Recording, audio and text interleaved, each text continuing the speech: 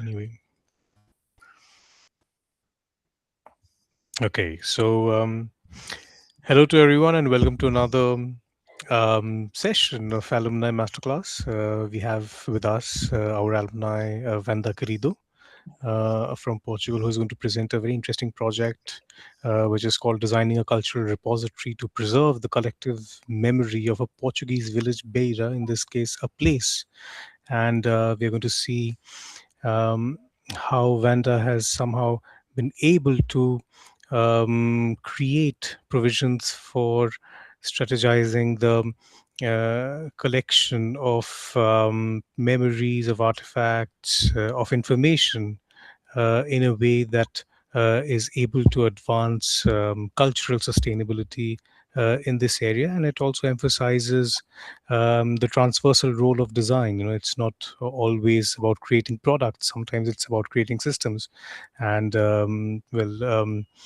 so without further ado, Vanda, over to you. Okay, can I start it? Yeah. Firstly, I would like to thank you all for your presence and for interesting in this topic. At first glance, it may seem somewhat vague or even subjective, and perhaps even distant from what we usually understand as a concrete problem. However, throughout this session, I will aim to show precisely the opposite, that this topic emerges from a very specific reality with real implications and raises questions that concern us all more directly than it might initially appear. This is a broad topic which draws on different lines of thought and will be presented through a progressively structured narrative with the aim of building a resonant characterization that is close to reality.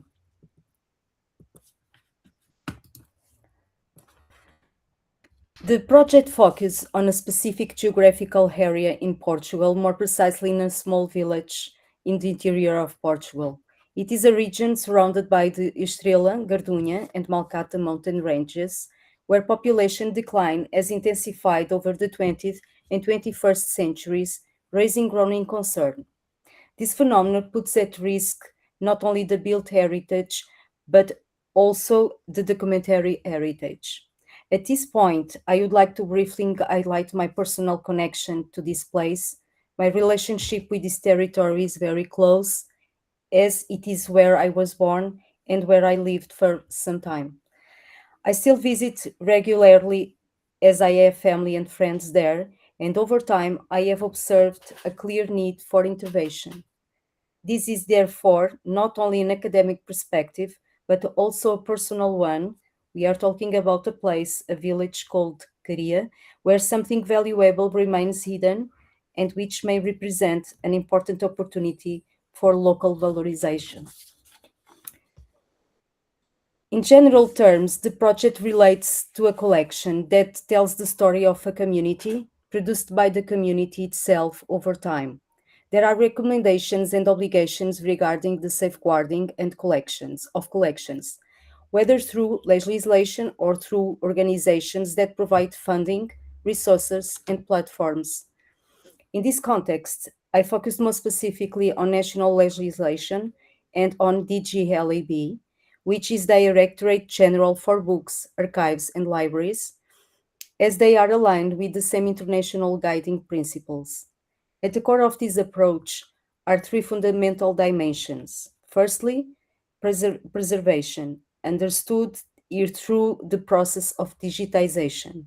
Secondly, classification, which, although based on DGLAB guidelines, may vary depending on the type of material, allowing for files. It may be organized in ways that make access easier. And final, accessibility, ensuring that people can engage with and work on the archive's contents.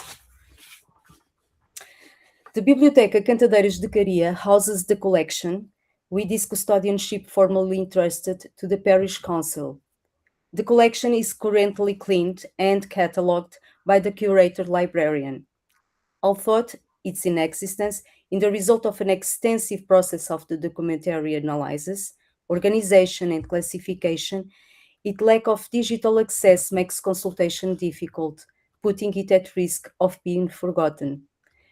At present, the collection remains physically preserved under the conditions shown in these images, but is not accessible to a wider public. Only a limited number of people, mainly local residents or those with personal ties to the village, have been able to consult it. Very little beyond that. This is an archive composed of diverse and valuable documentation, which will be explored in more detail later on. The choice of the theme stemmed primarily from a critical awareness to address a real problem so that experience, obstacles, and constraints could shape the solution, to reflect on and review previous postponed projects, listing all the circumstances and reasons identified, to identify a concrete and relevant problem that warranted sustained and careful research. All these principles and conditions were initially outlined in the project brief provided by LSTM, and they proved to be both relevant and well founded.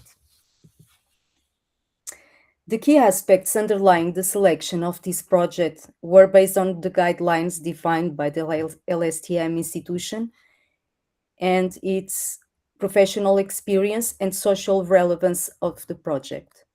With this in mind, the following factors were considered: observation on the surrounding context, guidance with an awareness of the importance of filtering information and positioning ourselves within our field activity, and interpretation, that is, the ability to analyze what has been observed and to formulate working assumptions regarding the issues identified. The analysis of the professional background, taking into account the CV and portfolio, which reflect completed work, was fundamental in defining the type of project. The impact and value of the project in society as a means of promoting positive actions within a community were also determining factors. Here, historical and cultural factors were of particular relevance. Finally, the constraints and feasibility of the idea were considered in order to assess whether the necessary conditions were in place to achieve the objectives within the field of design. Once these conditions were established, the development of the project began. Having addressed the previous issues, the problem was then formulated. At this stage, the object of study had already begun to take shape. How can the local culture and historical heritage of the village of Korea be preserved and disseminated, taking into account the existing reality? A collection composed of three historical archives: documentary, bibliographic, and photographic, while also allowing for the inclusion of new information classified as relevant to the same purpose. The classification of the archive elements follows the legal recommendations for public libraries in Portugal, according to the curator. And so, the state is organized into three main groups. The documentary archive brings together 7 fonts from different origins, mostly originating from entities that are no longer in existence. I present in the schematic way the various contents of the collections and their provenance. These are, above all, documents that contain information about the population's way of life, their needs, support systems, and possible explanation for the recorded migration flows.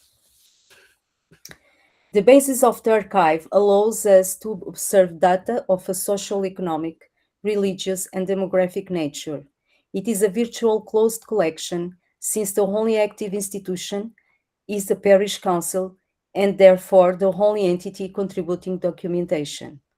So it includes documents related to state support, property, and community service. As an example, I present correspondence between two entities dealing with the issue of foundlings.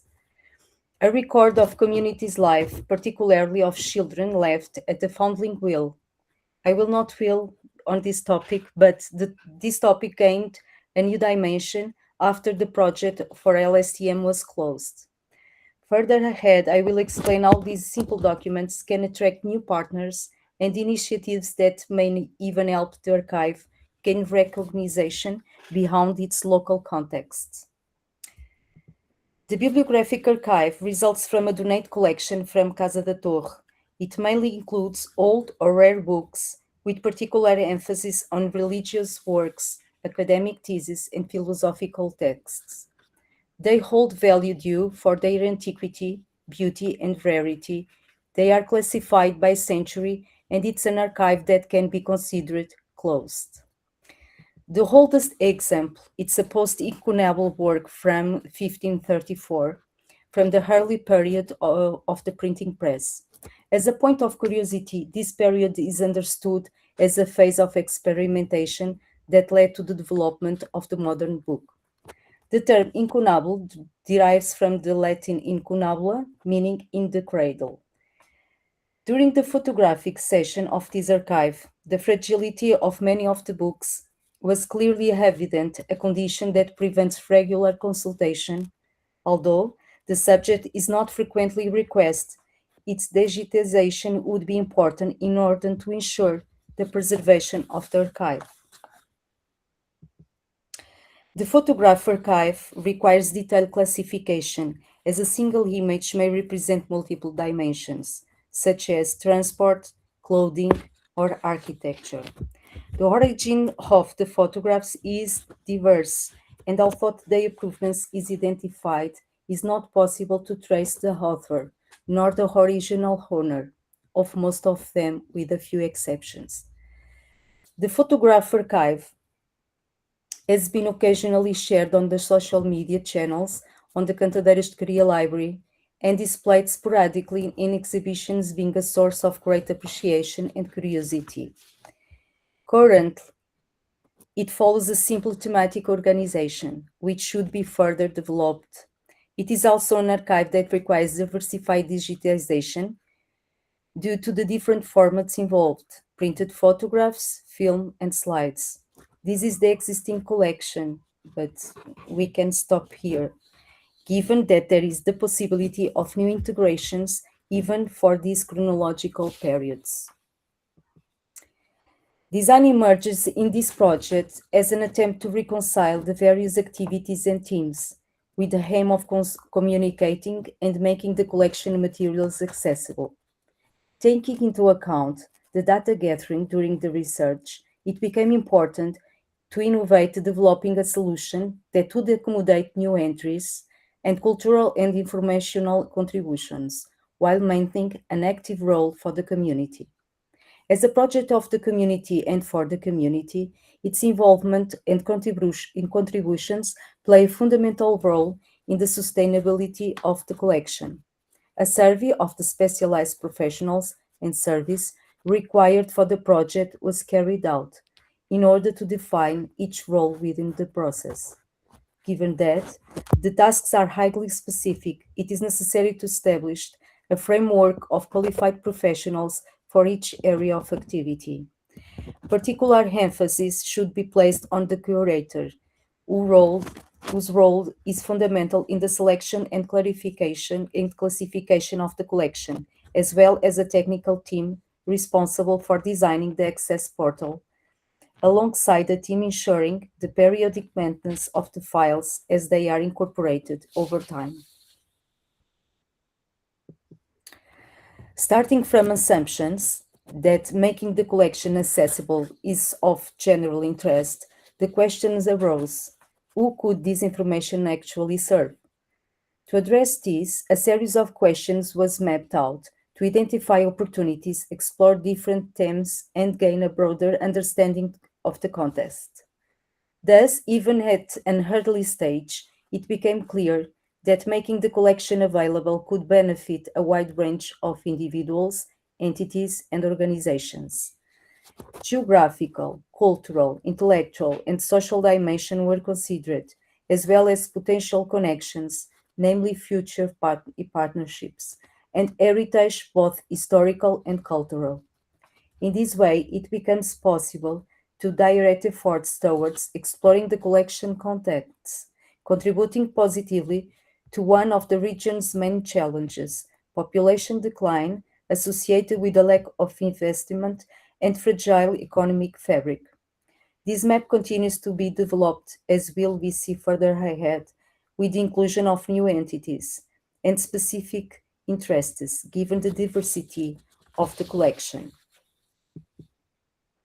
The secondary research focuses on grey literature, including academic theses and dissertations, institutional reports, technical guides, legal documents, and specialized books, and was essential in providing a rigorous and up to date framework for the project. It also contributed to the structuring of the interviews and to the development of a solid understanding of the issues within the field of archives, reinforcing the project feasibility, cultural relevance, and future sustainability. Throughout the process, informal conversation with the local representatives play a key role in exploring and constructing narratives. The project followed a qualitative methodology based on direct observation and dialogue with different stakeholders. The interviews and contact established made it possible to understand the context as well as the technical, financial, and human constraints associated with the collection, while recognizing its symbolic and documentary value. Due to the absence of primary data on the consultation of the collection, observations were based on past and present events as well as cultural activities. The target audience was also surveyed through a brief questionnaire shared on the social media of the institutions involved, aiming to better understand, in particular, the digital active members of the community. Some difficulties were observed in submitting the questionnaire. Nevertheless, awareness of the importance of the project led some participants to visit the Internet Center to express their willingness to contribute, according to the information provided by the librarian. For this reason, the questionnaire remained available for around 3 weeks, ensuring that those with greater difficulties could also be included. This was the starting point immediately after the initial observation process. Some digital portals and libraries were initially analyzed, but at a certain point I found it interesting to focus on 4 case studies that could complement ideas, offer a different perspective, and enable a more analytical understanding of the concepts. All of these projects were quite different from one another, with distinct purposes, but they proved to be interesting to explore with a more analytical perspective. All of them were analyzed through direct online research, exploring the purpose and approach of each one, and a number of ideas were gathered, and others developed, allowing new directions and energies to apply to the project. Most of them were already on my list of interests, that is, as they had already captured my attention as concepts. At the end of the session, I will be able to share the respective links in the chat window if you like. The first case study, Future Library, is, from my perspective, a project that invites reflection on the possibility of turning ideas into reality and on how, at certain moments, hope can be a determining factor. The project was conceived by Katie Patterson, a Scottish visual artist, and developed in Norway. I will not go into detail, but is worth exploring other works by the artists. It is a project with a strong philosophical dimension, leading to deep reflections on time and context that surround us, the preservation and expectation that builds around the time capsule, and how people might react to that legacy. The key words extract were book, time, and legacy. The second case study, Raiz Projetos, is led by Carolina Cook, a historian. It was important to analyze it due to its practical approach, particularly in the way it works with archives in the fields of design, marketing, and museography. It is a Brazilian company dedicated to the preservation, organization, and valorization of institutional and corporate memory. Our collection also contains information related to labor and business activities, including branding elements, which makes it relevant to consider projects that can be reinterpreted and redesigned, opening up space for new readings in the present context. The key words were identity, memory, and collection. The third case study, Rostos da Aldeia, is a project by Portuguese journalist Luísa Pinto. It is a digital platform dedicated to the production of visual content, aiming to tell positive stories about people and places. Its main goals are to combat population decline and promote sustainable tourism, with a focus on human well being. It also stands out for its careful documentation of manual practices and its sensitive approach to storytelling. The keywords were depopulation, intangible heritage, and histories. Finally, the last case study is Keep Solutions, a spin off from the University of Minho, whose goal is to transform scientific knowledge into practical solutions for companies and institutions. The company develops platforms for data integration, proper data processing, and accessibility for diverse audiences. The keywords were technology, international standards, and content management. As a result of the research and bearing in mind that this is a design project, we conclude that it would be essential to create an image capable of bringing the community together and communicating with partners and future connections. Thus, from a set of images and keywords generated through brainstorming, the development of the symbol began. Analogy played a central role in the development of the visual identity and served as inspiration for the solution.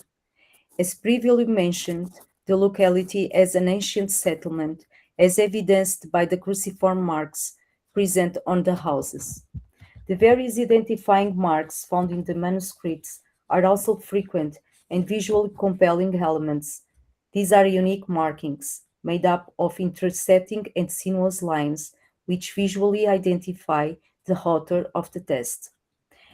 It is also worth noting that at the time these documents were produced, a large part of the population, indeed the majority, was illiterate, and therefore, from the outset, it was necessary to be able to identify at least the author of the document.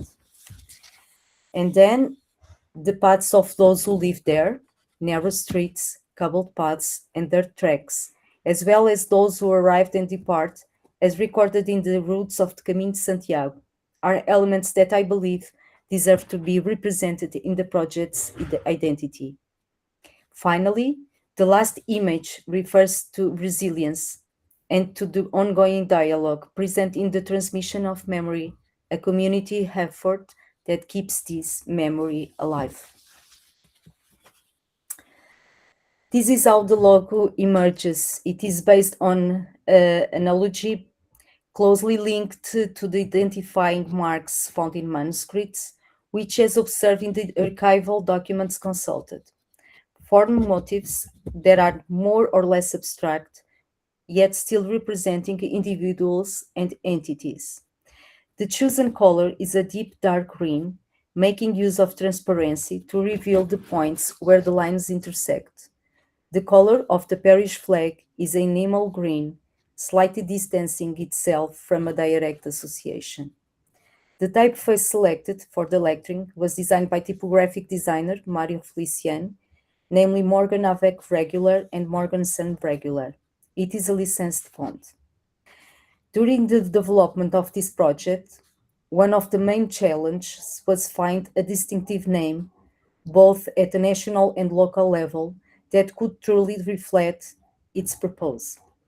Very obvious terms were quickly set aside due to their overuse. The word canhenho in Portuguese refers to a small personal notebook. It is a word that has gradually fallen out of use and, in line with the project's intentions, becomes something worth preserving. It is a genuine Portuguese word and appears in literary works by authors such as Ricardo Jorge and Natália Correia. As a side note, The Portuguese radio host Nuno Marco, known for his humorous morning radio program, has a habit of bringing forgotten words back into everyday conversation, canhenho being one of his favorites. The structure for the development of the portal should be based on four key factors. One, coherence in communication, whether written or visual, is essential for the sustainability of the project. Clear defining its mission, values, and the objectives, as well as the codes of good practice in the relevant areas, is fundamental for existence of the digital archive. UX design as a cross-cutting element across all sections of the portal, taking into account currently available interface solutions and their applicability to the content to be made available. Three, the presentation of the project of the local community with the aim of promoting the use of the collection's potential and encouraging new contributions and ideas. The sustainability of the project depends on its maintenance, both physical and technological, as well as new contributions and partnerships. The management of human, technological, and financial resources is crucial for the development and consolidation of Canhenho. The digital library should be presented in a simple way, allowing direct access to the referenced collections and fonts through a concise listing of contents. Within each classification framework, files should be organized in chronological order, making consultation easier and guiding the user between more recent and more distant past. This desire for information to be presented in a simplified way, chronological and organized by teams, largely came from the community survey that was carried out. So, it will be a single portal integrating these two dimensions, past and present, into encouraging new contributions and local culture initiatives. All information should be accessible like this. I continue to emphasize the role of the community in ensuring the sustainability of the project. However, its development is not possible without a clear strategy, which may involve a combination of different support mechanisms. The research carried out made it possible to identify several organizations and funding sources that could support implementation of the project. At the national level, the Portuguese state recognized the need to preserve and promote cultural and documentary heritage established by legislation. In this context, organizations such as DGLAB and DGARTES stand out alongside regional support mechanisms such as municipal participatory budgets and structural cohesion funds, namely Portugal 2030, which focus on promoting culture, innovation, and social inclusion. At the European level, the Canhão Project, through the Parish Council of Caria, may apply to programs such as Creative Europe and Horizon Europe, which provide funding in the areas of research, innovation, and digital humanities. Finally, there are also private funding opportunities, including partnership with companies, foundations, and cultural associations with a focus on social responsibility, which may serve as important support resources. Throughout this presentation, I have highlighted the importance of safeguarding collections, both physically and through digital access. Preservation and access must always go hand in hand.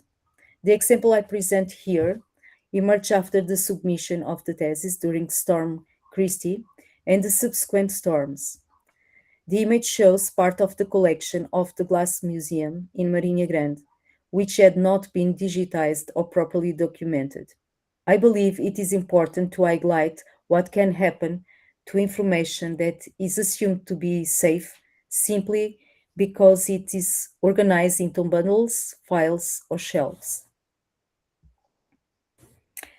Another relevant aspect, now a positive one, was the subsequent contacts established with Santa Casa da Misericórdia de Lisboa in the context of exhibition Children of Fall, Children of Whom, Foundlings of the Lisbon Wheel.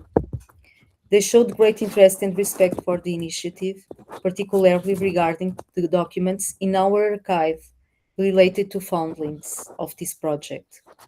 As a note, it should be mentioned that the only funding wheels houses that survived demolition following the abolition of the system are those in Almeida and Caria. They also expressed their willingness to collaborate in future initiatives.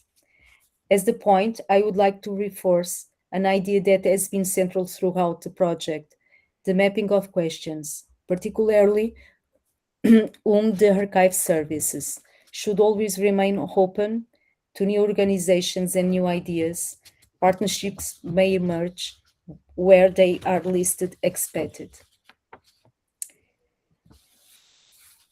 In this slide, and following the interviews conducted, two of the interviews I was in contact with shared personal documents with me.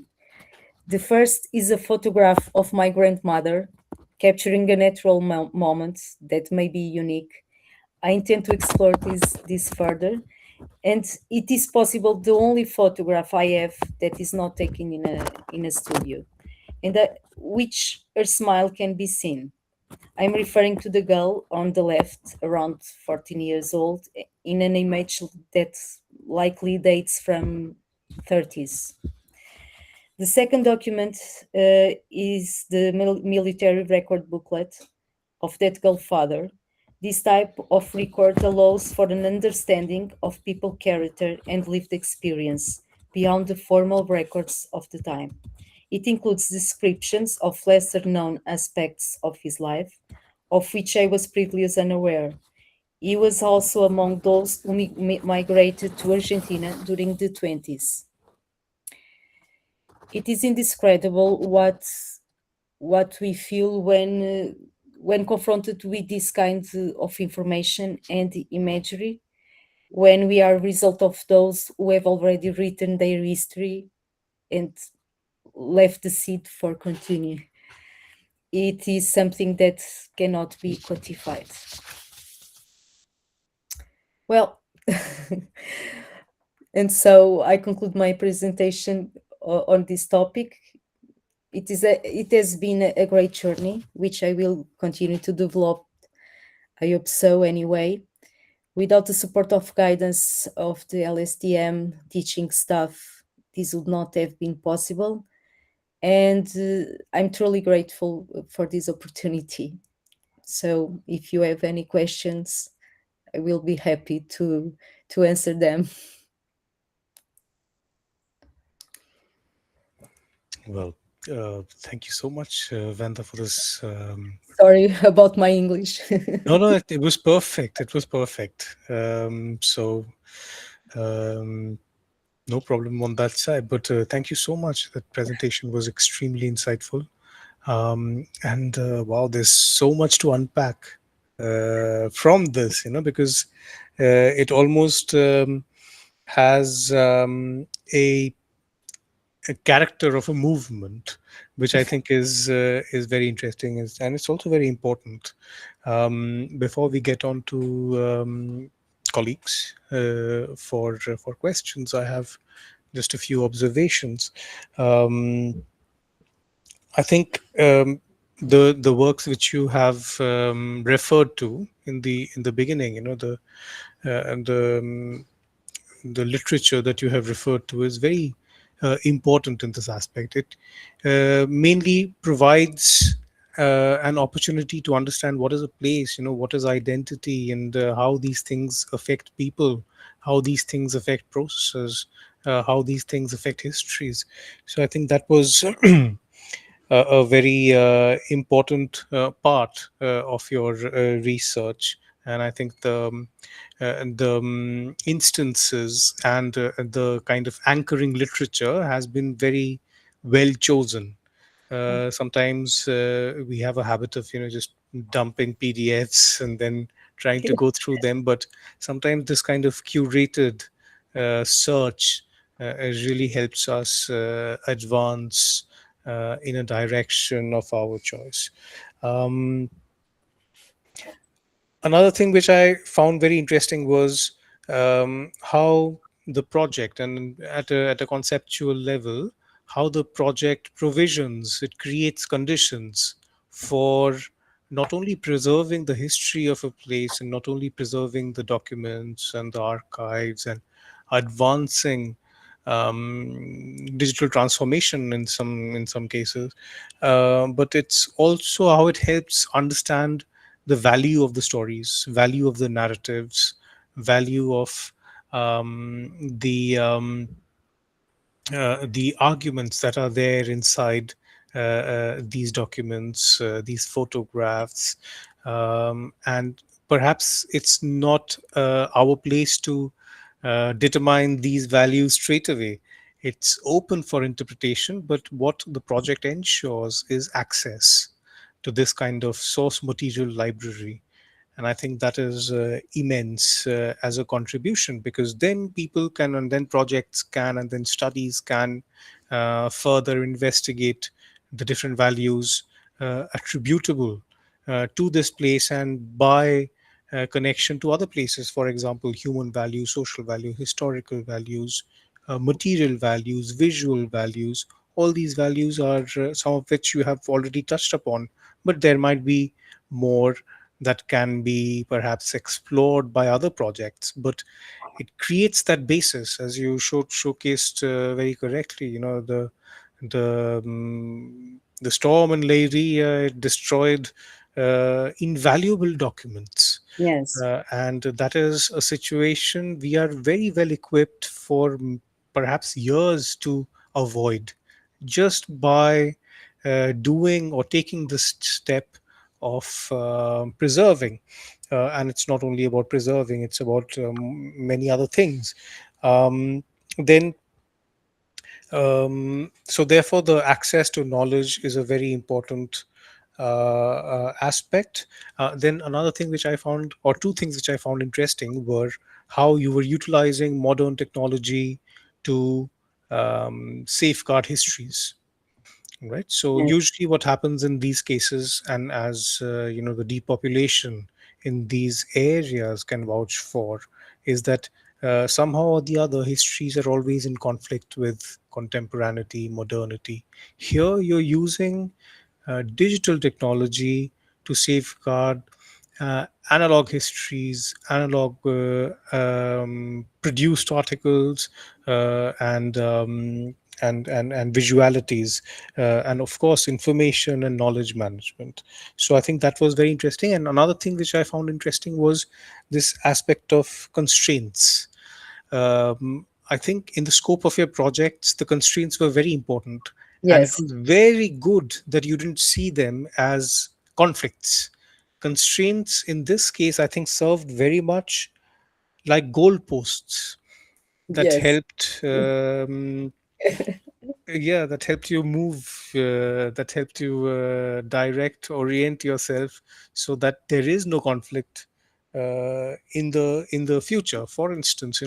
And it also helps with um, innovation, in the sense that maybe you had to reach out to a certain person, and you have created a lasting relationship with that person when it comes to, for instance, in the future, writing projects together. So the constraints have helped you build a sort of networking. The constraints have helped you build an understanding of the specificities of the place. As you were mentioning, you were away from a while for a while from that place, and I think that helped you in a way to understand the value of what you were doing, which might not be apparent to people who are there all the time. Yes. So, but even then, I think the constraints helped you create boundaries. It helped you create networks, associations, and perhaps a sustained effort for future endeavors. Um, Then there are so many other things I've been writing down a lot of stuff, but I have a question. um, I really liked the graphic identity which you have created. It is organic in more ways than one, which I really, there are so many plays of being organic in it that I really liked, and you explained it also very well. But for you, what is the importance of creating a graphic identity for a project like this? I think it's important to communicate the desires of the project, but to be a definition of the project that people recognized and people see and then read. I think almost people in nowadays well can read and knows read, but we are talking about maybe part of the society of that local is old, and they identified images, okay, and I think they like photographs, they like this, they look for posters, imaging to informations, and so on. So I think I draw the logo because I think a visual identity is very important to to the structure of the ideas. Yes, I absolutely. believe it. And but the design in this case, and what I learned in my journey, it's we work with some teams with agriculture industry, um sellings, oh well, that we can communicate with several teams, Yes, yes, different exactly. teams, and I think sometimes when we speak, when we tell someone that we are designer, well, it's just for drawing, but it's not. It's We can draw ideas, not just logos, catalogs, books. We can do more, much more that than this. I don't know. Yeah, yeah, and I think you're absolutely correct. In that sense, it becomes the graphic identity, the visual identity, or and also the name. The branding of it. It becomes a part of our strategic outreach. This strategic outreach is very important because it helps us situate the project first of all, geographically, of course, culturally as well, but also it becomes an anchor point for people to associate this work. Otherwise, the work without this identity would be a string of actions Yes. without having um, an identifiable basis.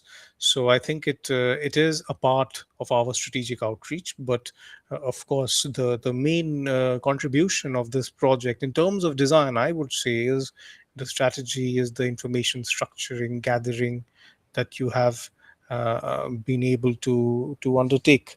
One last word regarding archaeology, and I think this is a very important part of the work. For instance, brand archaeology is something which is done in companies, Yes. and especially companies that are old companies. Nowadays, everybody does it. Fila does it. Even Lidl has done it. But when it comes to a place, it just becomes much more intense, Hmm. the brand identity, because it tries to evoke representation of a people. And Yes. this is where two things come in. One is the concept of, and I really liked when you mentioned histories. I would like to propose the exact opposite, futures.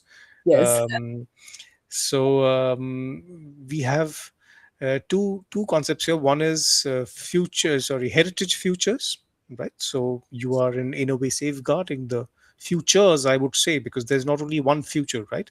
If it goes into different projects, then it has multiple futures. So heritage futures, but at the same time, the future of heritage. This work becomes a reference for um, doing similar activities, undertaking similar interventions in other areas. And I think this is where I would like to get your idea on, the scalability, the replicability of this project. Do you think, there are ways in which learnings or findings or processes from this can be adapted to other villages and to Yes. other regions? It have to be, because maybe are different.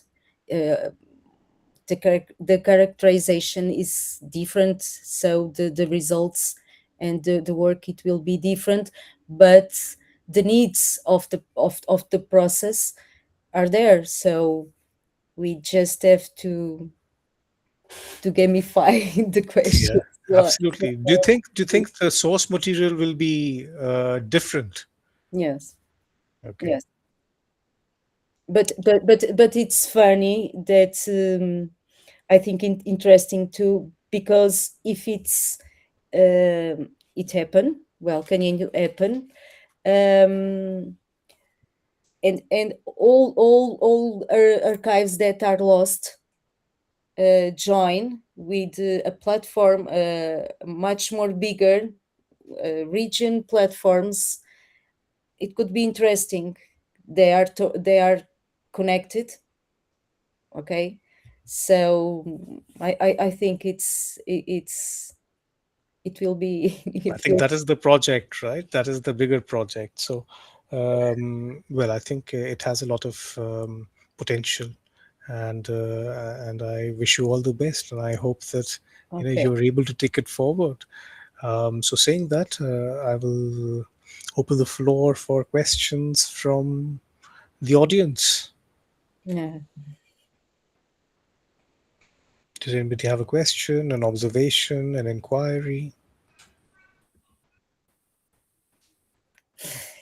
Go ahead. In Portuguese, Daniel. So, yes, might be as difficult as going to English for you. I mean, Okay. um, No, in English. good. I'm First of all, congratulations for this amazing project. I know that these cultural relevant design interventions are extremely difficult to control in their scope, Yes. and I'm really fascinated how you did it. So that's also my first question for you, which is how did you manage to pack this huge amount of data and information and different interests into this website that you have created, which has a very clean look to it, and it's full of information. So I imagine that was a huge challenge. Well, I know the archive, and in another project that I did, someone told me about that, but I really don't know what is it. So, it's the project opportunity of project in LSTM, I I decide to look forward, and well, and I think I'm in love with the idea. I don't know, and I really liked the books, the lost books, the documents, the histories behind the documents, and well, and I start to draw an ideas. How could it will be possible? So, and it's the beginning, Daniel. So And then you talk with people, and you are building the history of many histories, and well, it happened.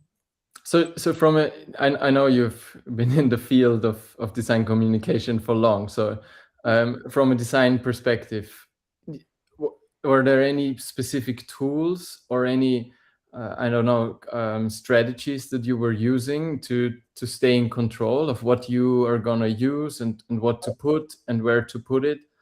No, I read a lot theses about archives, norms, legislation, and well, I was advised by professor and tutor, and and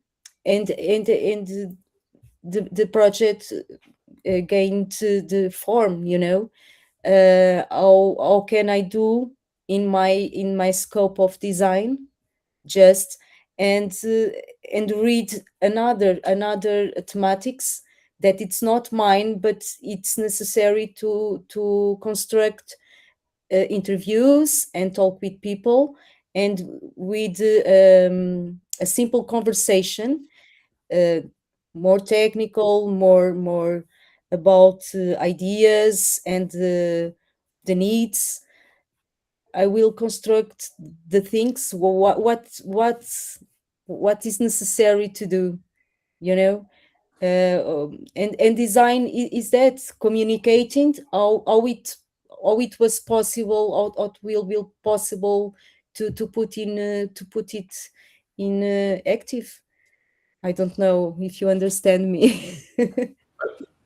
Well, what I hear is that something that I've been thinking about quite a lot, that the process itself and sticking to it and doing the research, primary and secondary research, and combining the information that you gathered actually helped you to then come Yes, a to a lot. solution that made sense and connected the difficult and complex Yes, information in a yes, way that is absolutely digestible for us. Yeah, yes, but also there are two things I think Vanda in her work she focused on. One is taxonomy, understanding what are the different types of information that she needs to index, and the other thing was indexing. You know, how to index in the best way possible that it serves the purposes of the project. And in this case, it's providing this kind of access to historical archives. yes. Right. It's a very interesting aspect that we can all learn from. I guess the other designers have all been at. I mean, these cultural projects are all so complex in a way that there is so many that the issues that you were talking about, financing, technical issues, all of these things that you need professionals to solve, and then bring this stuff together. So this is very interesting. And one aspect that Professor already touched on is that I want to ask you about is as a freelance designer, do you see ways of monetizing this project? And I don't mean that in a negative capitalistic way, but in a way of making it happen in reality, because this is now the challenge for all these cultural projects as finance and financing gets tougher with the current economic situation. These social and cultural projects are getting more difficult to be financed. So that's where my question is coming from. Well, this is a public project, and the and well, nobody can contract you without como é que se diz concurso? Without a contest. Yes, so it's difficult. You can work and well, take money of that directly, you know. But I really don't know if I could, if I can do it in a perspective way of contributing. Well, No, I think there is a clear argument to be made that this is a kind of work or a kind of project that needs to be translated into a funded project.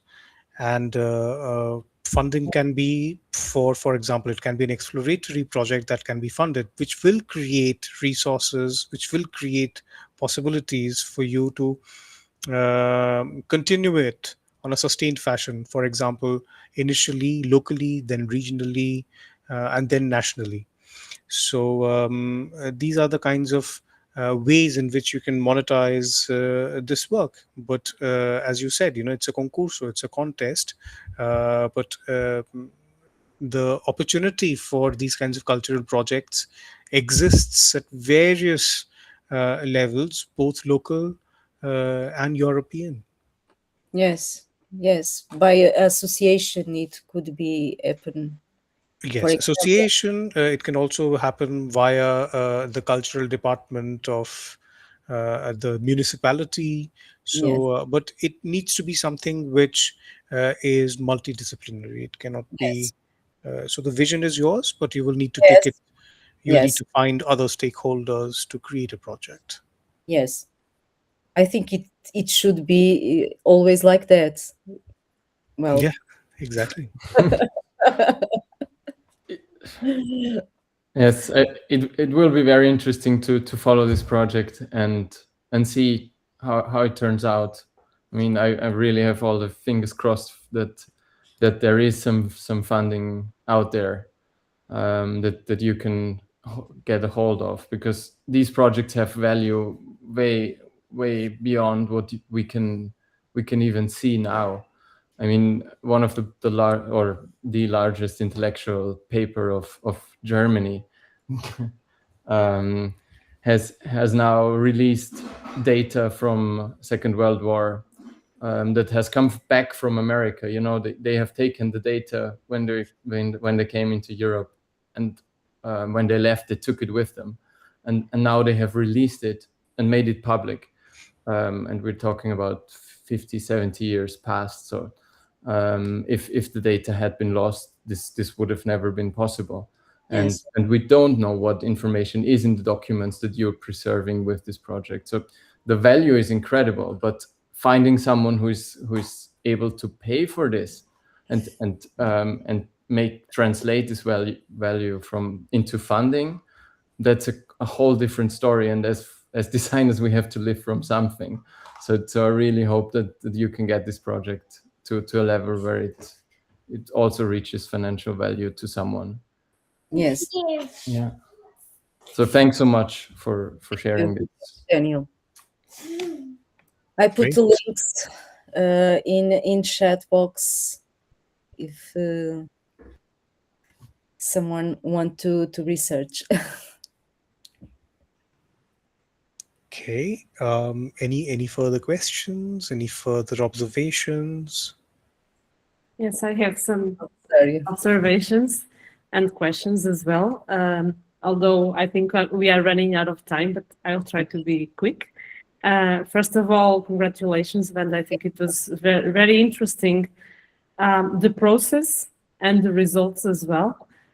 So congratulations for this and for doing this while you were working, I guess, and in this short time, because Yes, it's what you showed could be like a PhD project, and you developed it in half a year, which is the length of the final project. So congratulations for that. My first question, because maybe I didn't understood quite well, was this a project that was already in place and then you joined the team, or was this something that you draft from scratch? it's from beginner. The documents are cleaned just of that and classified, but it's the curator work. It's not about design. So she passed the information, what's the contents of the archive, and that's Mhm. all. So and then So we all the process of classification, well, classification, there was some it, already. oh yes, because it have rules for that. So it's something very specialized. Mhm. in the scope of curatory, and and it's not my job. So then it's just a file with Excel file with the contents in text, and that's it. It's not. So you made all the work to convert that Yes. to a Yes, yes, platform that can be accessible, that yes, can be searchable, yes, and that can preserve. And all that process of taking photographs, were you involved in that as well? Were yes. you actually taking the photographs? I take the photographs. Okay, so I that should touch have been books. a great moment, like you are Yes, yes, immersing in history. Yeah. yes, yes. It's very funny. It's not just interesting. It's very deep. I think it's a great opportunity. Well, I I in- I I felt in your presentation that was quite emotional as well. So yes, I think you were very successful passing that emotion also to us when we were listening. So I guess that how many people were involved in total? Like during your project, with how many people did you collaborate with? well, curator. I interview a musician researcher that use a lot of primary information, and gives some books and some works of him for another archives. For example, I talk with that man who is in the picture that build a museum, ethnographic museum. I talk with parish council, people with parish council, and well, people like that told me things that it's interesting to demonstrate, for example, the project, and to the knowledge of the archive. Yes, So I it's think it's really a co-creation exercise and a yes, collaboration exercise. And yes, and it's very important that interviews. It's really important to know the team, but the people, and what should be the things. They have a lots of ideas. It's fun. It's really ideation is yes, a great moment, but then you need to grab those ideas and convert them to Yeah, make something, them tangible. Yes. make them tangible. Yeah. So I think there is a lot of to learn with your project and with all these intermediate processes and these collaboration and co-creation moments. And as Abhishek was saying, I think this needs to be documented and properly communicated. I think you should actually publish this. We already discussed this idea. So this can be a great source to an inspiration to others that want to do similar projects.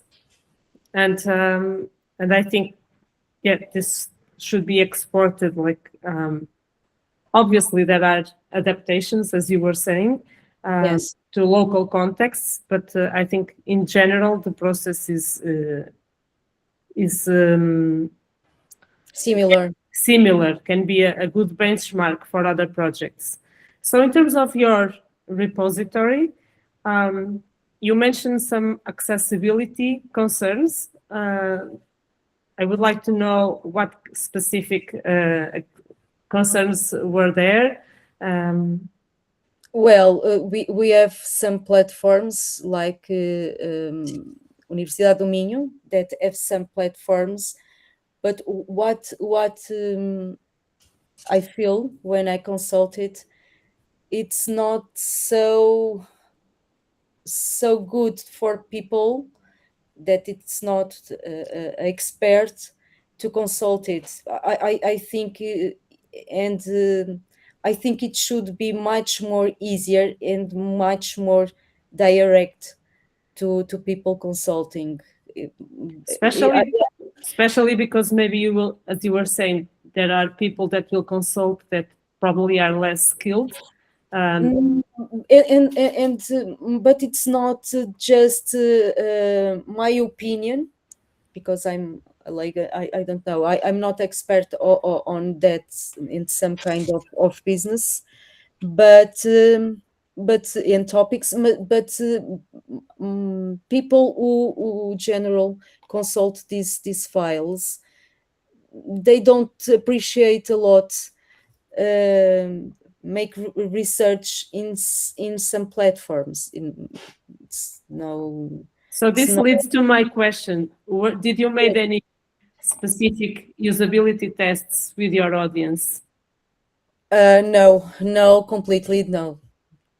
Okay, so don't go so far, but probably there are some students of the UX design that it will be, well, take the project and do it with me and the team. Yeah, we could definitely try to include someone from the UX. So I think that would be really interesting to explore that usability side, because one thing is to develop the repository, but the other thing is to make it useful and usable by the audience. So I think that could contribute.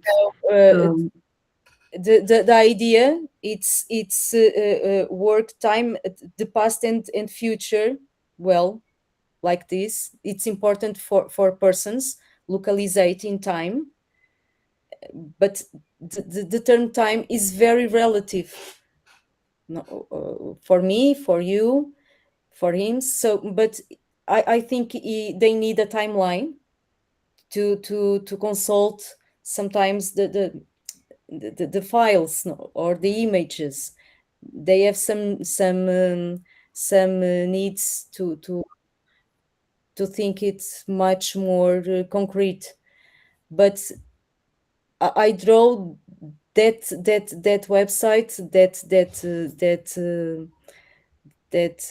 work, but it's not study. I don't put it in with people and study what was the behavior of the people to that work. No, it's no time for that. Yes, obviously, yeah. The future work.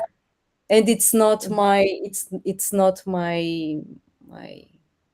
scope. My final question is the repository available? Can we consult it? One day, yes. There is no Not digital. yet. Not yet. Okay. I like it.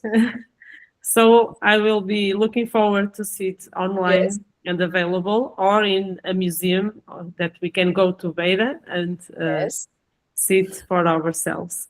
So again, congratulations for the brilliant job developed. Okay. Great. Do we have any further questions?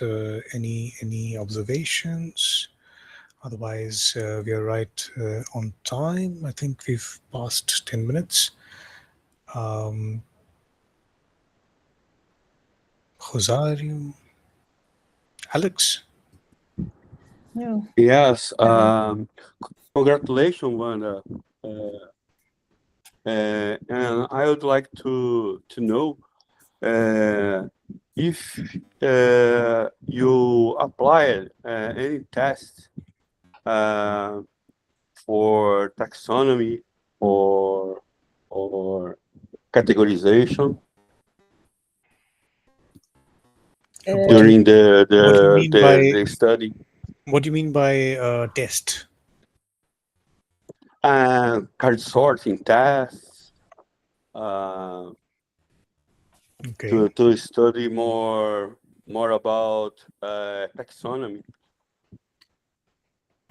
I don't understand. I think Alex talk about improve or test some ideas with people directly. No, regarding taxonomy, regarding the classification of information. Yeah. Well, professor pode traduzir em português. Eu não tô- Não, mas Alex pode avançar Eu em posso, português. eu posso falar em português. Sim, sim, sim, sim. Eu queria saber, Wanda, se primeiro, né, para me parabenizar Obrigada. pelo estudo, né? Foi muito bom. Eu gostaria de saber se você chegou a aplicar algum teste de taxonomia, né, para algum teste de arquitetura da informação também, algum estudo de Sim, arquitetura da informação, sim. para saber se aquela categorização, né, é, foi correta, se ela saiu, se as pessoas, né, entenderam corretamente, ou se Sim, ou isso está no seu escopo futuro, né? não, Alex, foi feito um inquérito online, e mesmo assim, 3 semanas, numa localidade muito pequenina, 103 pessoas responderam. Portanto, um, falaram sobre a forma como gostariam de ter apresentado, de ver analisado a informação. Para eles, a cronologia e os temas era a forma mais acessível de poderem chegar à informação. E depois também referiram quais eram os temas que eles gostariam de ver representados: o património histórico edificado, a cultura, em termos por exemplo, festejos, romarias, gastronomia. Portanto, foram questionados acerca desses temas, sim, foi muito bom dentro do âmbito da, da- houve muitas respostas. So Eu peço regarding the desculpa. Great. classification, the information was basically crowdfunded.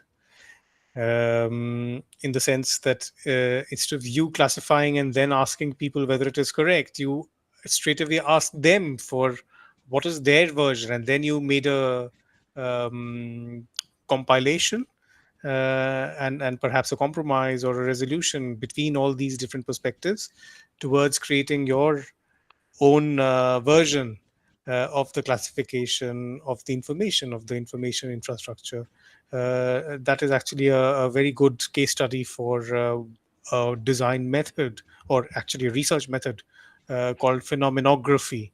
It's a very less used method, but it is that the same thing. You know, you get information about something through asking different people about their perspective on it. So I think that was a very good question, Alex. Thank you so much. Thank you. All right. Any further comments? Well, I added a question in the chat, but Yes, if include. about including video also in the Yes, report. I appreciate. I love that it was possible. And well, and the things where that I consult and the project inspired projects. I think video makes sense in this platform completely. And in the future, well, 15 years, it was a piece of history, but Yeah, future heritage, exactly. yes. Yeah. All right. So if there are no further comments, questions for Vanda, we can close this session. Yes. Thank you all. And thank you, Vanda, for this extremely insightful presentation, for discussing your approach, your unique approach to this very complex, as Danielle pointed out, situation, not only a problem. It's an entire situation, and I think you've done you've made a very good effort towards creating the possibility of cultural sustainability within this scope. So thank you again, and thank you to all the participants for joining in. I hope that it was insightful for you, and